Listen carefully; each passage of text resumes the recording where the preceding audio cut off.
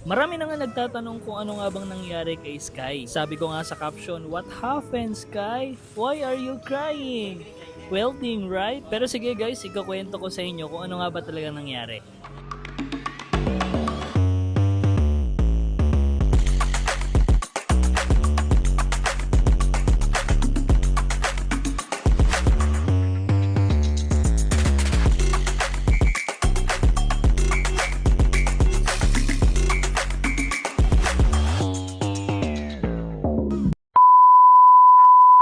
Sabado nga ng hapon ay bumiyahe tayo pa norte kahit pa malakas ang ulan ay sinugod ko na rin dahil meron naman akong dalang kapote at kahit papano naman ay ilang beses ko na rin namang naisugod si Sky sa ulan. Actually hindi nga lang basta ulan yung mga naranasan ko sa mga nakaraang biyahe ko kundi talagang buhos ng ulan at bagyo pa. Dito pala sa video makikita nyo sa part na to walang ulan pero makikita nyo nakasuot ako ng kapote kasi may mga nadaanan na kami na part na umuulan pero yung iba wala naman pero pagdating namin sa bypass road grabe bumuhos talaga ng sobrang ulan. Siya nga pala kasama ko uli yung isa sa mga pamangkin ko para may kasama ako sa mahaba-haba kong biyahe. Naipangako ko rin kasi sa kanya na dadaan kami dito sa may Little Vegan Gapanueva Ecija kaya dumaan kami. 2 oras mahigit na rin kasi kaming bumabiyahe kaya nag-stop over na muna kami dito para makapagpahinga at makakain na rin. Buti na nga lang din pagdating namin dito hindi umuulan. Pero after ng 1 oras nagsimula na rin umulan kaya umalis na rin kami. At ito na nga ang kwento ng totoong nangyari kay Sky. Naalala nyo ba yung last vlog ko last month na kumuha tayo ng bagong battery pero iniwan ko yung isa kong battery.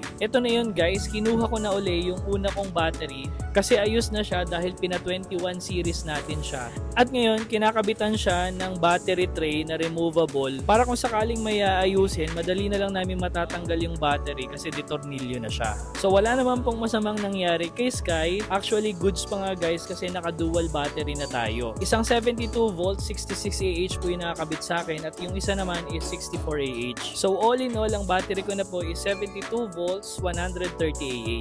Inalis ko na rin pala yung lumang battery tray ni WSP at pinapalitan ko na po ng stainless. Kasi yung nauna po, yung talagang nakakabit dyan is kinakalawang na. So para po sa mga nagtatanong uli kung saan ako nakabili ng aking battery, i-PM nyo lang po si Dan Magno sa kanyang Facebook account, andyan po sa screen. Uunahan ko na po, medyo madugo yung presyo ng lithium ion. Pero sulit naman po na upgrade ito kasi pang long range na siya. At kung gusto nyo pong palakasin pa yung mga controller and motor hub nyo, mas okay na naka lithium ion kaysa naka stock na lead acid. What's up guys? Charging tayo ng e-bike natin na si Sky. Naka dual battery na po si Sky. Kung makikita nyo, ayan. May nakalitaw na uli na battery box. Yung isang battery niya nandun sa ilalim ng compartment. So 84.75. Ang full charge niya is around 87 to 88 volts. Aabot na siya ngayon ng mga 200 to 250 kilometers siguro. Depende sa piga. Ayan ang ating update kay Sky.